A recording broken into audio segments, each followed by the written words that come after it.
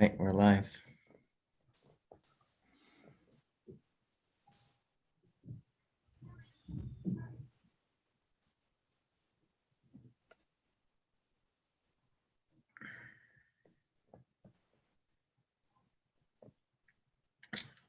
Okay, we are recording the meeting and we are live on YouTube, so. Thank you. So you'll see the recording and the live right up at the left top of your screen. So I'm going to call the meeting to order. It's 4:06. Thank you all for attending. This is the Lewis County Youth Advisory Board meeting for the month. And I'm going to quickly run through who we have on the call right now. If I miss anybody, there'll be a chance to correct me at the end. So we have the Youth Board Director, Deanna Edick, on the call. We have the Youth Board Assistant, Ramona Carpenter, on. Cassie Forbes is on for the UP Coalition. She has a presentation she'll be providing us this evening. Connor Biolsi is on the call as our IT backup savior guy. We also have board members from the Youth Board. Myself, Scott Mathis, the chair. I have Callie Vauder, co-chair, and from South Lewis School. Peyton Walker is the vice chair from Copenhagen, is on the call. I've got John Exford on, Ward Daly, Mike Leviker, Katie Zaire, Michelle Ledoux, Cinda Bush, Eileen Mathis, Lisa Renee, and then I have David Fail from Lowville School and Ada Simpson from Beaver River School. Did I miss anybody? Hearing not, we have a quorum, so we're going to continue. Again, I thank you all for attending the meeting today. First order of business is just the minutes from the February board meeting that were sent out. We would be looking for any corrections that are necessary, or I would like to entertain a motion to accept those minutes as presented. Do I have any corrections or a motion? I'll motion. Oh, I can second if Callie motions. Okay, I think I heard Callie making the motion there and then Peyton as second. Is that correct? Yep, that's good. Very good. I have a motion and I have a second to accept the minutes as presented. All those in favor, please remain silent. Any opposed, say nay. Carried. Thank you. There are no old business items, so we're going to pass right over that and jump into new business, and that's where we have our guest presenter here. We have Cassie Forbes. She is from the UP Coalition. She's very active with a lot of youth efforts, specifically to talk with us about an assessment today. So we want to turn that over to Cassie to talk to us about what you have found in your needs assessment. Is everyone seeing my slides okay? For some of you, this is the third time the charm at this point. So lucky you that you get to sit through this again. I'm Cassie Forbes, the Coalition Coordinator and DFC, which is the Drug Free Communities Grant Director. And this is the Prevention Needs Assessment Youth Survey, which was carried out in end of September, October, by the Bach Harrison Company. They provided us with the links for the survey.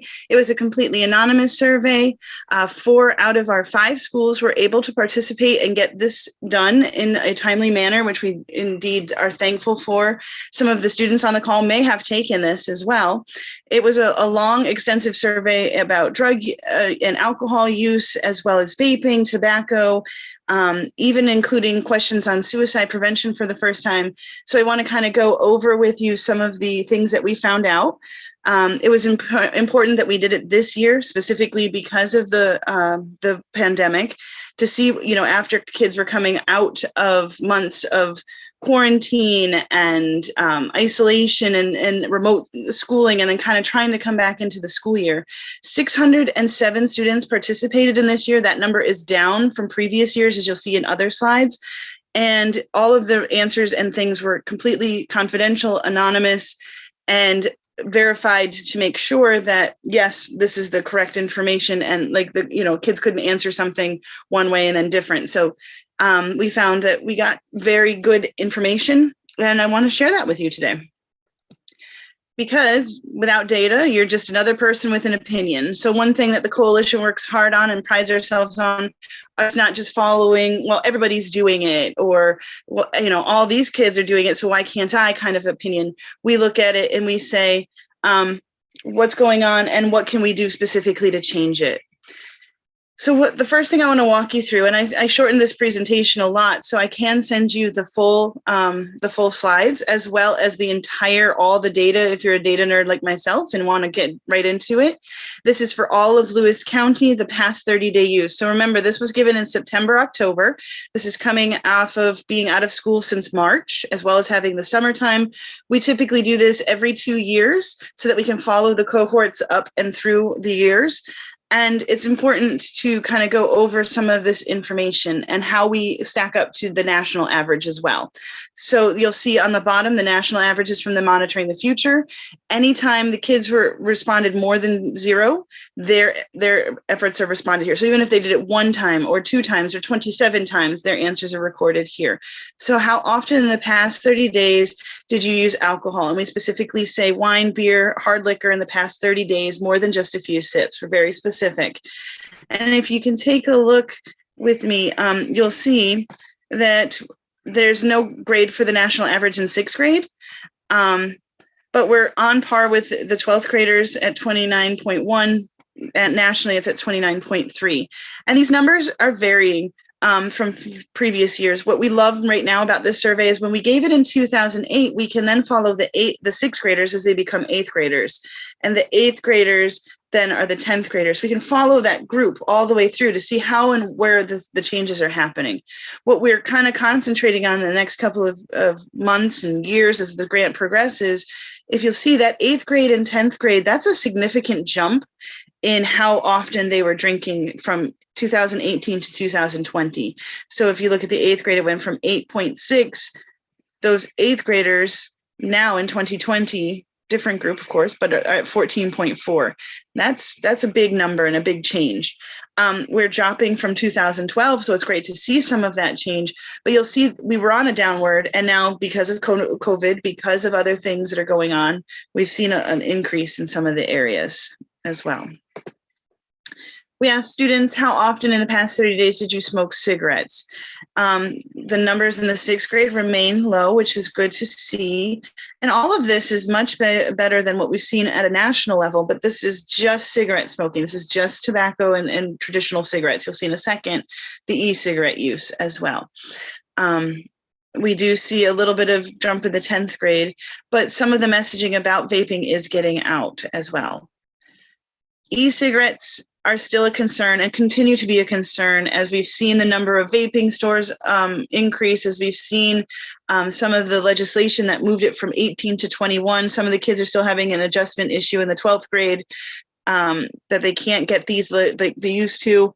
So it is a concern of ours that we continue to follow, especially in the 8th and 10th grade levels. Those are higher than we'd like to see. Those are not numbers we like to see trending up.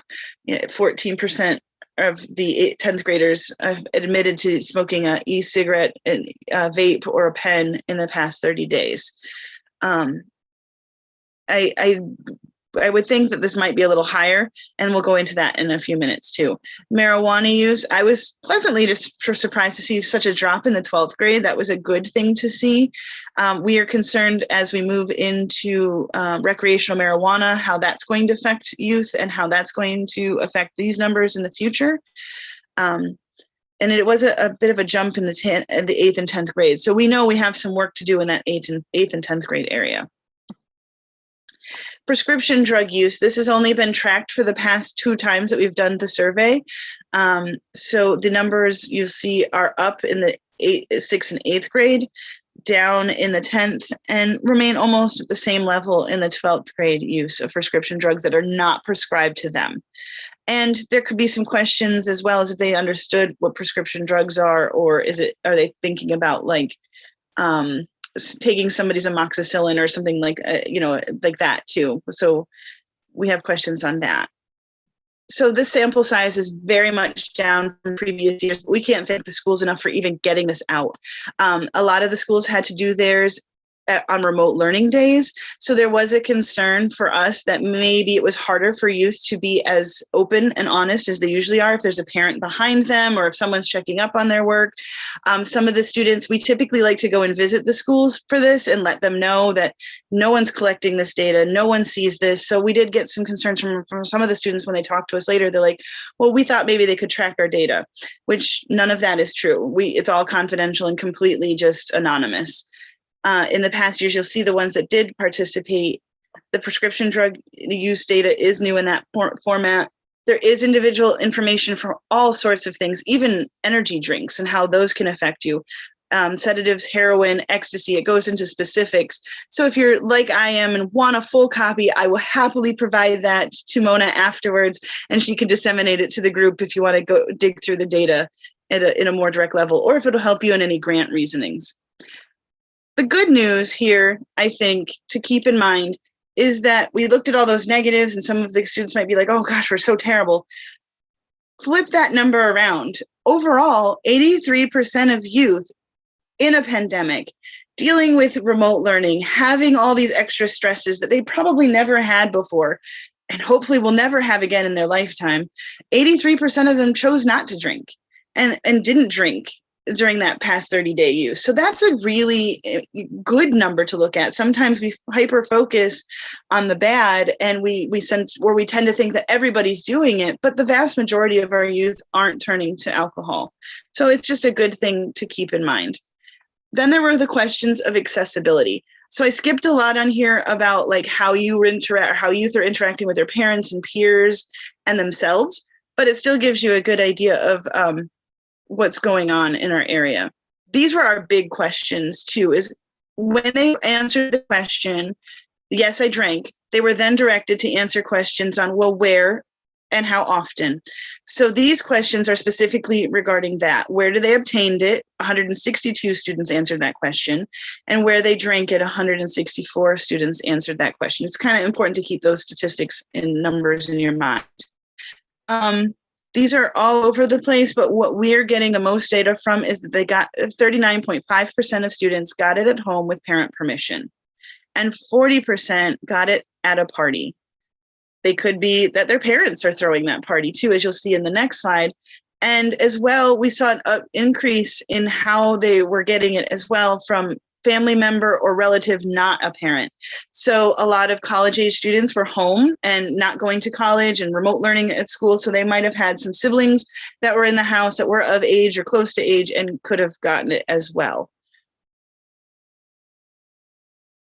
Then we asked in the past 12 months, so in that year, did you drink alcohol at any of these places? And again, 50.6% of our youth responded that they had drank at home with my parent permission. So that is something that the coalition is focusing on at a bigger level to kind of, get the messaging out that it is still illegal to serve minors alcohol in your homes if, it says a reasonable amount, but what exactly does that law mean?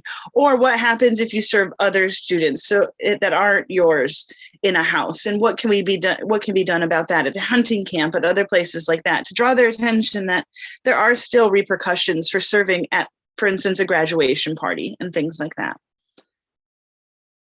Other information that was collected that's important to recognize is binge drinking continues to be an issue. Half a day or half a pack smokers, if they're smoking more than a half a pack a day, we call them addicted. Drinking and driving and then riding with a drunk driver. And then for the first year ever, we collected some data on suicide prevention. And we're working with the Suicide Prevention Coalition of Lewis County. When we spoke to our youth coalition members, a lot of them reported that they believe that these numbers are underreported, that kids were afraid to share some of their actual feelings on this. And the numbers are high enough to be startling to me. And also to know that they're underreported was even a little bit more scary, I guess is the way to say that. So we asked them how often, think back over the last 2 weeks, how many times have you had 5 or more alcoholic drinks in a row? And a drink we have to specify because youth are really good at saying, well, it wasn't really a drink, it was a shot. A shot of liquor counts as a drink. So we quantify that. And if you have 5 or more in a row at an event or a place, a party, it's considered binge drinking. While the numbers are lower than 2012, it's still significantly higher than we like to see, especially with the jump, double the number in 12th grade or in 8th grade in 2018 versus 2020, and higher in the 10th grade by a significant amount. Even the 6th graders, I mean, this was, they had more access to it being at home. Maybe parents were working, maybe they were, and it's typical with this age too, is that they would abstain all week from drinking and then the parties are on the weekend. So we do see this as a problem, especially in all of these categories, we're above the national average. Half a pack smoking. Good to see numbers are still on the decline in the 12th grade.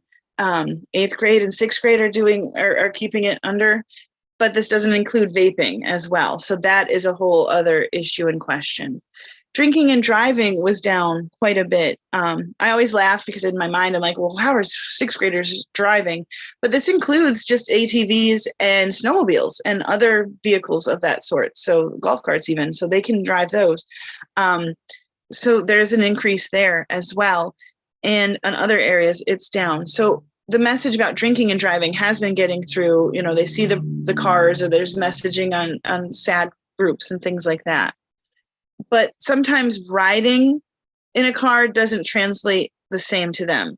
To youth in general, they think, okay, well, I'm doing the right thing. I didn't drive, but my friend Billy over here, he drove, and he might have been just as intoxicated, but I didn't drive, so that makes me better, that kind of thing. So riding in a vehicle is still an issue. Plus, a lot of these students might have been with parents that had a drink. Our 6th graders are very honest when they take this. It's fun to watch them in a classroom because they're like, Miss Forbes, my mom had a communion wine. Is that okay? Can I not? No, honey, that doesn't count. That kind of thing. They'll tell on their parents quickly. So some of this might be that they have to ride with their parents as well as, let's see. And sorry, I got distracted by the chat. My apologies. The suicide prevention data. This was very concerning to us. And we do look at substance abuse and suicide are very intermingled and tied to things and mental health issues. So the coalition is very serious about taking a hard look at what we can do, not only to increase substance abuse awareness, but also how can we help to foster better work with the Suicide Prevention Coalition, and how can we get the word out there? Because of course, coping mechanisms to being able to deal with fighting against substance abuse, self-esteem, and to prevent suicide. So we're working very closely together. 13.7% of the students that answered in the 8th grade said they had seriously considered attempting suicide. And for the youth to tell me that this is underreported, that scares me a little bit. That's almost, that's a significant number of our youth countywide. And then asked if they plan, did you make a plan, how to do it? Because saying you're going to and planning for it shows a little bit more step up. About the same number who said that, yes, they have thought about it, also had a plan in the 8th grade at 13.7%. So that's a startling statistic. And then they were also asked, in the past 12 months, how many times did you actually attempt suicide? The bright side here is no student answered 4 to 5 or more times, if there is a bright side, but just knowing that 3.6% of our 8th graders in Lewis County attempted not once, but 2 to 3 times. So something's going on in 8th and 10th grade, and we want to drill down and talk to those youth a little bit more, do some, some focus groups and say, how can we help? How can we assist? And what can be done? What trainings and supports do you need? How can we help to make that better? And of course, you're looking at percentages and you're like, well, a percent could be, 3.6% could be blah, blah, blah. I want to let you look at the actual numbers of students who said yes and no. So that 13.7% in 8th grade, that's 19 8th graders scattered across the 4 out of the 5 school districts that answered this question. 19 8th graders that might be sitting in some of the classes, or that you pass by in the hallways, or that you see socially distanced with a mask on. that 19 of them and 22 10th graders said, yes, I've considered it. 12th grade, where you think that, they're nearing graduation, they should be happy and excited. 7 of them who you might be graduating with, there could be an empty chair. So this is stuff that we really want to look at the numbers and recognize that these are people, these are students, these are youth. And then in the past 12 months, how many did you plan on making a plan? 19 of them made plans. 4 of them made plans as 12th graders. And the one that gets me at the end is that in the past 12 months, how many times did you actually attempt? 5 of our 8th graders countywide said 2 to 3 times. 4 in the 10th grade said that they, attempted it 2 to 3 times. So these are very troubling to us, and it's a level that we're working with groups on as well.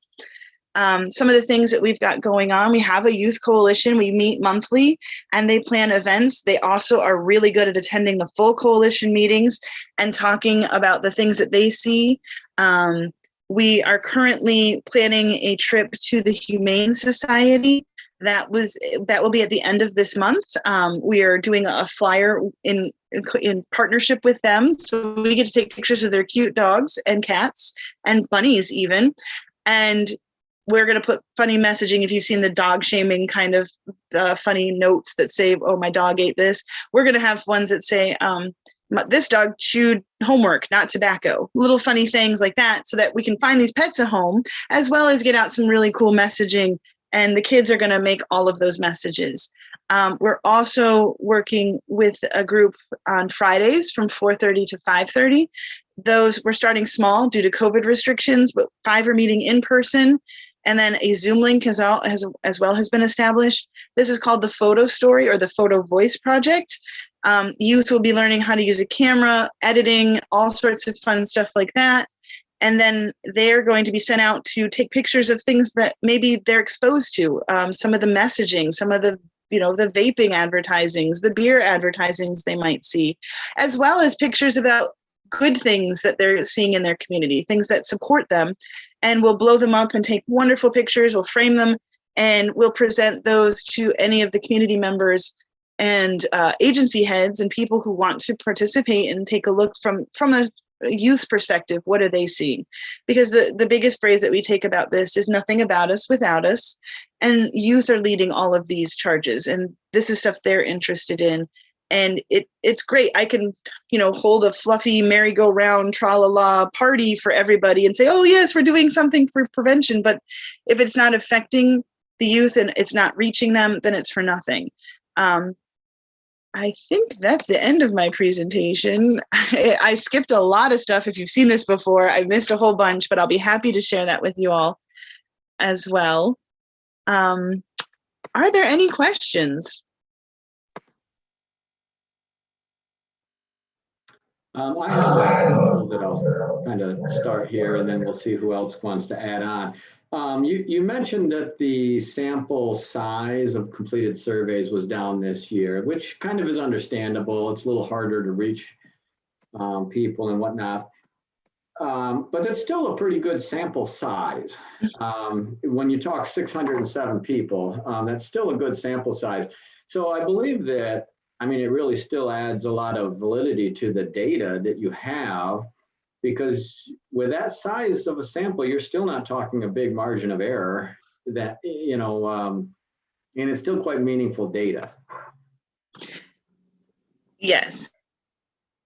So I guess I don't really have so much questions other than just a couple of comments that, like the binge drinking numbers, is something that kind of sticks out to me. Certainly the information on suicide specific to 8th grade, that kind of data is what we need to be looking at that can help try to get intervention type messaging and prevention type messaging. And it would state that we should not be doing that with, we should do it with everybody, but we should focus on certain areas. If we are trying to do it with our 10th graders or our 12th graders, the data would show we need to be starting it with our 8th graders or even younger. And Peyton Walker just put in the chat there that the 8th grade data was very shocking to her as well. So I do think that we need to look at this stuff. If you could, Cassie, send that full slide report to Deanna or Ramona, please. They can then put it out. I know that Katie's there specifically asked in the chat if she could get that for her stuff. And I already have it, but I think a deeper dive for people that are interested into it can really get a lot out of that and look at the numbers. I would also, I guess, encourage people, don't read into numbers. If you have questions, reach out to Cassie, because you don't want to misinterpret data. Data is one of those things where it can be cherry picked and used in a way that isn't really meant to be used.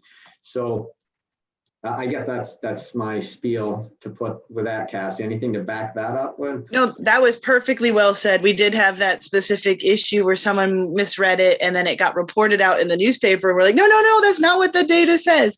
The schools that did participate were Lowville, Copenhagen, South Louis, and Beaver River. And those schools receive their own specific to their school district data. But we just deal at this level when we present to all of you. It's up to we have a special contract with the schools. So they typically don't, want that data out on their own. We talk to them, we talk to their administration, and we, talk about partnerships and how we can help and what we can bring in. And if there are any ideas that the youth have that they would like to share, feel free to reach out and give us even just an idea of, hey, maybe you should be working on X, Y, Z. I'm currently headed to the Village of Lowville meeting right now to see what we can do about vaping stores and things. So there's lots of things that we can partner on and things that help all youth that don't just focus on a few. Of course, we need those too, but when we talk about things at the coalition level, we're trying to help as many people as we can, as broadly as we can through our programs and our things. Well, I appreciate your efforts, and good luck with the Lowville thing. With the there's a vaping store challenge at play right now that Cassie and some other people are engaged with. I also thank you for the partnership you're doing with Humane Society, because they do some great stuff too. With if you haven't caught the stuff on Facebook from the Humane Society and how they promote trying to get their dogs adopted, it's quite neat. So I think that the idea there builds upon that is very interesting to me. I'm just worried I'm going to come home with an animal. So fingers crossed I don't come home with an adopted dog. Any other final questions for Cassie? She has this other meeting to get to, but is there anything that anybody has pressing that they want to ask? Okay. Hearing none, I don't think, unless I interrupted somebody. I thank you very much, Cassie, for your time here. And again, if you can send that full slide, and we'll get it out to other people in the group. Thank you so much. Okay, so that was the presentation from Cassie.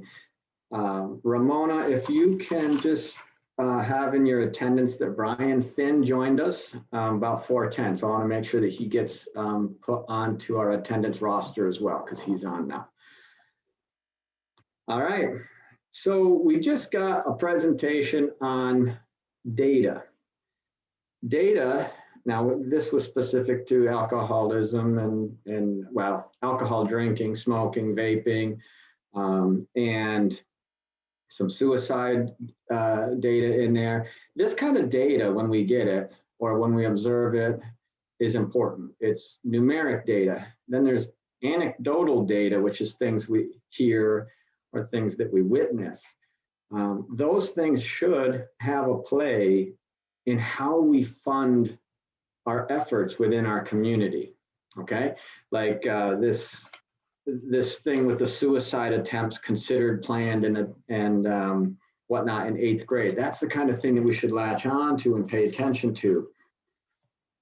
And that leads us into our next topic, which is we need to do, we need to talk about the needs of youth, because those youth needs in Lewis County should equal program needs. And we're getting ready to release 2 rounds of funding, and we're going to get to that in just a minute. But what are the emerging needs or the trending needs for youth that we may want to put a preference on for this kind of funding that's coming up? And please remove your mute when you go to speak, so we get that. I mean, we just heard about the suicide and the binge drinking were things that seemed kind of meaningful to me out of that data. But what else do we have from observations from other people on any number of topics that our youth are facing that really could be put as a focus for this funding this year? Well, I was going to say that I think a big focus would be the suicide. I mean, I was not expecting those kind of numbers from 8th graders. I was expecting to see them higher for like 12th grade because they were the seniors and, you know, their senior year was really bad in 2020. So I was expecting theirs to be really big, not 8th grade. And so that scares me big time because I feel like we've been focusing so much on like high school that we haven't been focusing a lot on middle school. So I feel like that needs to be something that happens. And I think middle school gets highly overlooked when it comes to stuff like that, or when it comes to binge drinking, marijuana use, any type of drug use, drinking and driving, or anything like that. So if maybe we put out like for suicide, like ways to cope, or like or again just like focusing presentations like towards middle school instead of high school, I think is where I think we need to go more towards, and just teach them that the same thing we pretty much do for high school, but just switch the audience group. Yeah, I appreciate that input, Peyton. I think there's some good points to be made there that we have. Sometimes we can get a focus that's the right focus, but maybe it's the wrong cohort or the wrong grouping. So the middle school ideas are great. Suicide awareness, prevention certainly is a potential topic. Coping mechanisms, even things like self-esteem and that sort of thing, I think would be good. Katie had put into the chat thing here the substance abuse and the suicide, which we mentioned, but substance abuse, she added to that. And for kids with different personal life experiences, maybe with socialization, and she mentioned not going to school. That's certainly a thing that's impacted people in a different way. Other input into potential targets or preferences of the kind of funding that we should be looking towards. This is Brian. Just talking from a school standpoint, things that we're seeing that kids need, is mindfulness, the social emotional part of what COVID has brought over the past, 12 months, and possibly lingering on into fall, or the detachment that they have from school, that they have from friends, and all that. We spent a whole day on Monday working on mindfulness and social emotional for our teaching staff, but I think it goes hand in hand with our youth. And I think that's a middle school all the way through high school, and any schools that have not opened 5 days a week to their kids. So they are feeling the brunt of it. We see kids not having limited sports exposure, no fine arts exposures with musicals, with concerts, and all that type of stuff. So if there's something out there that we could target to bring to our kids, community-wide, district-wide, I think that would be a big help. No, I appreciate that. That's because we do have to remember that a lot of programs, like even when you start talking the rec programs and stuff, were on a hiatus last year, a lot of them. And exposure to, as Brian said, exposure to arts or activities or just like social interaction experiences and enrichment type of things is very important as well. So thanks for that, Brian. How about from some others?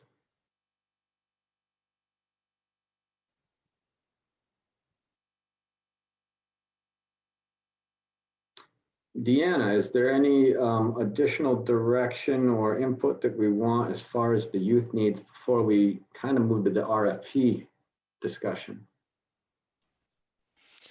I don't think so, but I would just echo what Brian was saying. Obviously, our agency has seen an increase in our ed neglect reports. I think kids are really struggling with the inconsistent schedules, the remote learning. A lot of that is affecting not only their education, but obviously, like he said, the social, emotional piece of it. We're seeing a lot of kids struggling just day-to-day activities. Very good. So we'll be able to capture some of these ideas in the minutes, Deanna? Yes. Yes, okay. So moving on to the RFP section. So if you've been on the youth board for a while, you know that we release these RFPs and we do them in different, there's two different pots. There's OCFS, which is the Office of Children and Family Services. Those are geared with an intent to reduce juvenile delinquency, okay? Now that doesn't mean that these things that we're talking about, they can be connected in there. There's linkages, okay? The other pot of funding is county funding. That one is a little bit more open, doesn't have to have a JD, juvenile delinquency connection. So in the past, we've done it in multi-stages. Like we would come in and say, well, we think we're going to get $22,000 from OCFS. Let's go ahead and release this amount of it now. And then we do a second release later in the year. Well, we've got the county, Lewis County, basically stating that they're ready to front that full amount that we think it's going to be so that we don't have to hold back. Okay. And well, I appreciate that from the county. So the intent this time around would be to release an RFP for the full amount, what we believe the full amount is going to be from OCFS, which we believe, if we go by trending, is going to be about $23,400. Okay. We would want to have it done in a way where we have a preference of these kind of things we've just been talking about. Not necessarily exclude any others, but what's got a preference for that. And then we would do another release of an RFP, a separate one for the county funds, because they have a little bit different, a wider range to them. That is the idea to release these RFPs. Discussion on that? Do people agree with that kind of a mindset, disagree with it, think that other ideas?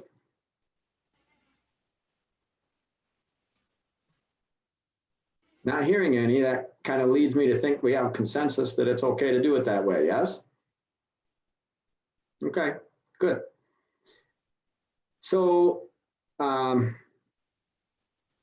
with the RFPs, we want to try to improve our analysis of them, right? So if we're going to have a preference and say, listen, we really think these are things that the community needs, then we need a way to assess that. So Deanna has already reviewed some other youth boards and found that most of them use a rubric. It's kind of like a grading tool. And for most people in school, you know what that is. You do an essay and they'll give you a rubric of how, of what will get you what points where and that sort of thing. So this rubric that has been sourced, we could use that to help us assess these applications that come in. Am I wording that correctly, Deanna? Yes, and I have, I'll mock it up and I can even send it out probably tomorrow with the meeting minutes so that people have an idea of what we're kind of talking about here. Yeah, so it's like a grading system. It helps us be able to, I mean, we still have the ability to use our own minds, but it allows us to try to assess these different applications that come in under the same set of guidelines. So it is just formalizing it a bit, and it is, I think it's a good process to do, helps fine tune it, and hopefully what we're trying to do is really get the funds into things that are going to be meaningful for our youth now. It means that next year when we do this same process, that the focus areas might be the same or they might be different. That's why we need to kind of analyze it on a annual basis. Okay. Any questions on how we want to play that out? Deanna's going to release that RFP, the twin RFPs. As far as timelines, Deanna, to your ability and your, I mean, you're the youth board director, you can. Yeah, I assume they'll be out probably by the end of the month. Deadline maybe sometime in May, middle May, to give people enough time to put their proposals together. Yep, that allows people that might be thinking of rec programs or summer type things to be able to have a chance to apply as well. Every week that goes by gives people a little bit more of an idea if summer stuff is going to happen and what they might be able to do. So I think that's a good move, and it will play it through, and I think we're going to be able to fund some meaningful programs. Okay. Moving on from the RFPs, the bylaws. We want to review the bylaws and be able to take a look at them and update them. There's a few things that need to be updated anyways, such as right now it states that Health and Human Service Legislative Committee members are ad hoc, like ex officio members. Well, that's not really true. There's one person that's just a legislator assigned, and there's just other things we want to look at. We want to look at things like the number of meetings. Like I like having these meetings when they're meaningful. It doesn't mean that 11 meetings a year is the best purpose if we don't have things to talk about. Okay, so we want to maybe look at what an efficient meeting schedule could be, optimal size of the youth board, and look at that kind of stuff. All right, so how that process would work is we want to have a small group. It'd be like an ad hoc group. And if you would like to be part of that group, just send an email to Deanna, and please do so within, let's say, a week, so that Deanna can then look at who we have that wants to do that, and then find a mutual convenient time so we can do a Zoom meeting and go over those bylaws. We determine what the changes would be. They would then be presented to this youth board, if it's ready by the next board meeting. And then we would need 2/3 approval voting to approve that. Then it goes to the legislative body that would put it into action. That's the process, okay? And it's just to try to get those updated and just look to see if there's any improvement areas. So if you want in on that ad hoc process, you can say so now, or you can just email Deanna within a week. Anything to add to that, Deanna? Nope. Okay. I'll be part of it, Deanna. I'll put my hand up already for that. Katie just put her hand up as well, unless she was swatting at a fly or something. but no, she wants in on that. So good to go. Anyone else? Again, just notify Deanna. Let's see, membership. We have certain terms that are expiring, that are coming up. These are 2-year terms that we serve on. So you figure half of the entire youth board is up for reappointment every single year. And it comes and goes. Some of them are in April, some are in June, then a random person came on in September. It just causes a lot of excess resolutions that would have to be put in front of the Board of Legislators, and they're trying to cut down on that, make it more like omnibus type stuff where you do one resolution and you get everybody in the same swing. So there's a number of terms that are expiring this year.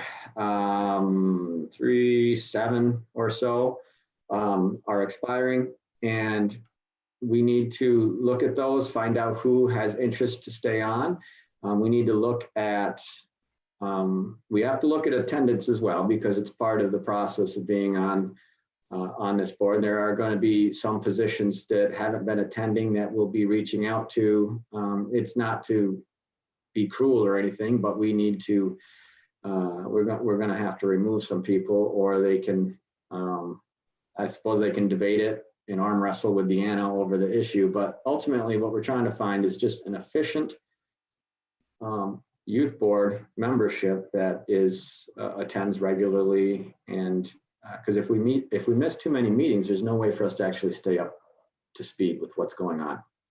Anything to add to that, Deanna? Nope, you covered it. Okay.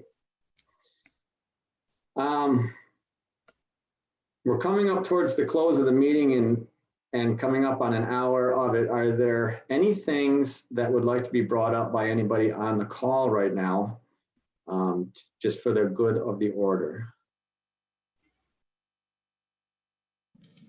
Scott, I just had a question about some of the other proposals that were put in place, probably back in the spring, that we didn't have enough money to cover all the different proposals. And so we talked about putting them like kind of on a back burner for when more funding came available. Is that something that can be considered for this money that's coming up now? Well, my 2 cents, again, I'm just the chair of this group. What I would say is that they would be encouraged to apply again, and be part of the, if they still have the project in place and they still need the funding, that they would be able to apply, and it would fall into the same review process as the other applications. That's what I would say. Deanna, your input on that question? Yeah, because this is a new round of money, so we have to have new applications. So, yeah.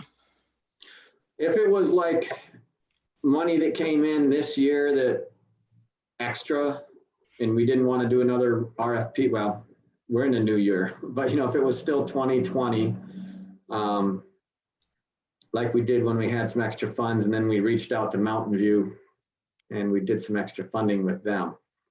So, my input would be that those places would be encouraged to apply again if they feel that it fits the RFP.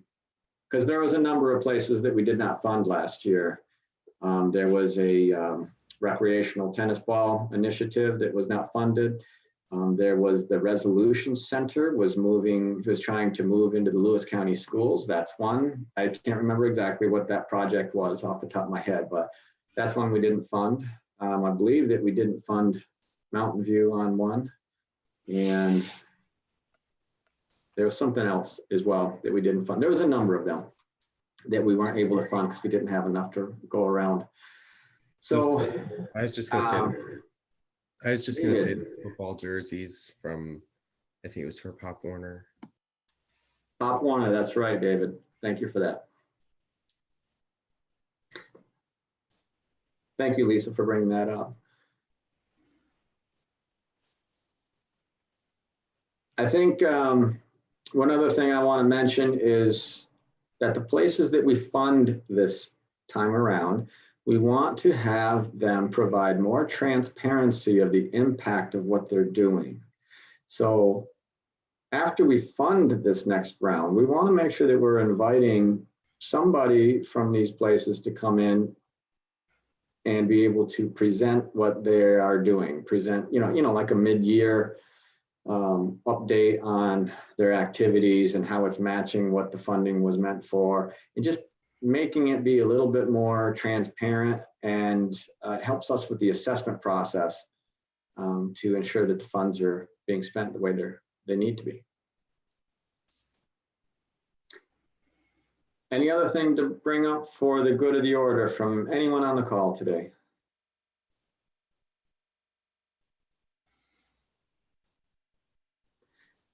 Not hearing any other items, then our next meeting is April 21st.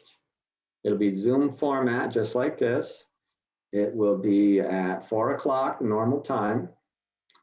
And without anything else to bring up, I would entertain a motion to adjourn from somebody. Does someone want to make that motion? I'll motion. So I think Katie got that in first, and it looked like Peyton that you chimed in, so I'll put you down as second. All those in favor remain That's good. silent. I'm sorry, did somebody say something? Okay. All those in favor of adjourning, remain silent. Anybody opposed, say nay. Carried. I thank everyone very much. Deanna will need to stop the live feed on the YouTube as we close out, or maybe that does it on its own. But we are closed out at 4:56. Thank you all for your time this evening, and I look forward to our next meeting. Have a great evening.